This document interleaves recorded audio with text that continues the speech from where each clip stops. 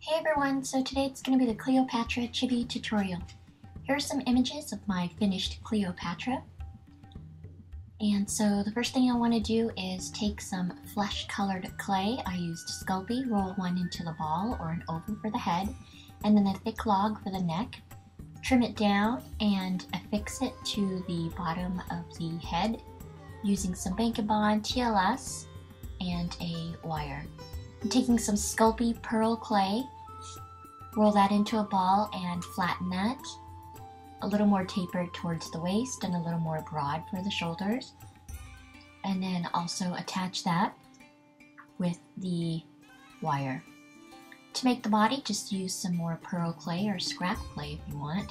And then roll that into a thick log or a cone where it's thinner on one end or tapered on one end and thicker on the other. And then what I'll do, or what I would suggest you do, and sorry about the noise in the background, is take some wire and also use that to attach to the torso of the chibi as well. If you make your chibi smaller, obviously you don't need to do these additional steps. To make the arms, go ahead and take some flesh clay, roll it into a snake, taper one end, thicker on the other, and affix that or attach that to the body of your chibi. And then take some more pearl clay, roll it thin, and then once you've rolled it thin, take a round cookie cutter and proceed to cut a circle. That's my dog in the background, sorry. And then what I did right now is I took my blade and I cut into that half circle. So this is going to be the top portion of Cleopatra's dress. And then just proceed to place it on or wrap it around and flatten it out. And later in the video you'll see that I thought it was too thick, so I actually thinned it down a little more, just repeating the steps. Okay, so we're making the bottom of the dress. Roll out the pearl clay very thin, and then cut it into a rectangle, or you can even cut it into a circle. At this point the shape doesn't necessarily matter because you're going to be trimming it down once you wrap this part around Cleopatra's dress. And there it is wrapped, and then I'm just trimming the sides a little bit. And I like, never mind. So take some gold clay and roll it into a ball or a log and then just flatten it. Take your blade and then cut that circle in half. And this is going to be the gold collar. Now take either your blade or any smaller circle cutter, flower cutter, and then what you're going to do is basically cut a C shape, for example, so that it looks like she has a very large statement collar or necklace. Once you've done that, take some more of the gold clay, roll it flat, and cut tiny strips. And this is just going to make the collar a little more ornate. I cut about seven of those strips, and then just place them, not randomly, but more of evenly spaced on the collar itself. And then once you place it on, just trim off any of the excess and then tuck it under using either your ball tool or even your fingers if you want. And then I just used my little ball tool and made some indents in there that you can see there, just so I know where I put my rhinestones on. I wouldn't suggest that because at the end of the day, or at the end of this tutorial, I decided just to put one rhinestone on. Roll clay, gold clay thin, cut a long strip, and this is going to be the sash or belt. Once you've wrapped that around, you want to make the front sash, and so I just took my long blade and I kind of cut it where I trimmed it. It's long on one side or thick on one end and then thinner on the other, as you can see there. And then don't worry about how that sash part that I trimmed meets the bottom sash, because you can actually blend it with your tool or your fingers, or you can even just place a rhinestone over that portion. Now to make the cape, I just used some blue glitter clay, and then I used one of my Sculpey mats, and this was kind of my safari print or giraffe print, I believe.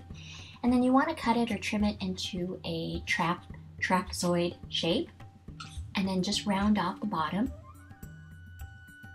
and then just press it up to Cleopatra's back, and then move her arms so that it gives the appearance that she's holding the cape as well. To make the hair, all I did was took black clay and Craftsmart brand, rolled it into a roll it flat, and then trimmed it down. I don't even know what I'm saying, it's too early in the morning. And then in terms of Cleopatra's hair, I would suggest you make it a little longer. Mine was a little too short.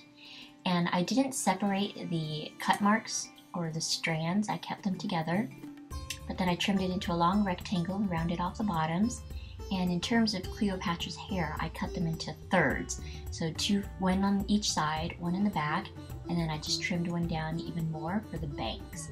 Now, obviously you'll want to blend the top a little bit, but just keep in mind that the crown is going to essentially cover the top of Cleopatra's hair anyways, so you don't have to make it perfect. I'm not going to go into details in terms of how to make the crown because I don't think I did a good job, but what I did was I shaped a cobra, and I took a ball of clay, flattened that out, and then here's another piece of gold clay, flattened it out, used my ball tool, and then just pressed the ends there, and I attached the top of the crown to the bottom of the crown with that cobra or tadpole looking thing in the front. I know you guys can do better than that, so that's why I'm not showing you how to make it. However, that's just kind of how it looks, and then I rolled out some gold clay into a long rectangle or a strip, and then taking your blade, just cut some or trim some strips, I guess, and you want to make sure you cut as many that goes around the diameter of the crown itself. And then what you'll do is alternate each strip and then cut it off so that you have those teeth-like pattern.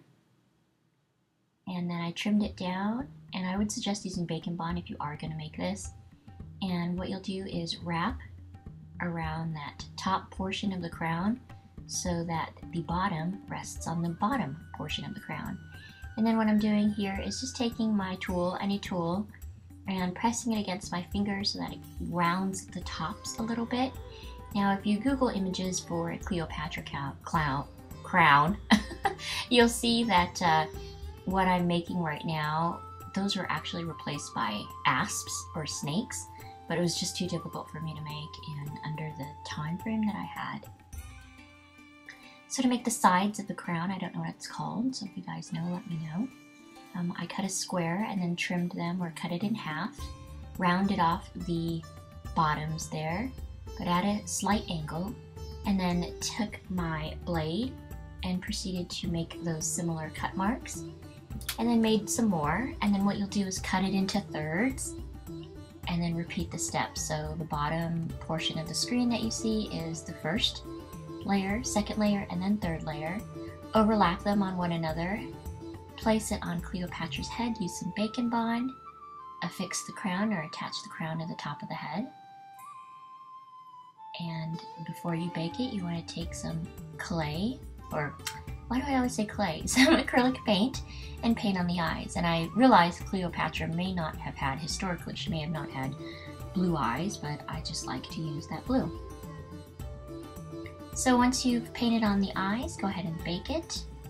Once you take it out of the oven, you can either quench it or you can just let it cool down, glaze it, and then add your rhinestones. Thanks for watching, everyone. Bye.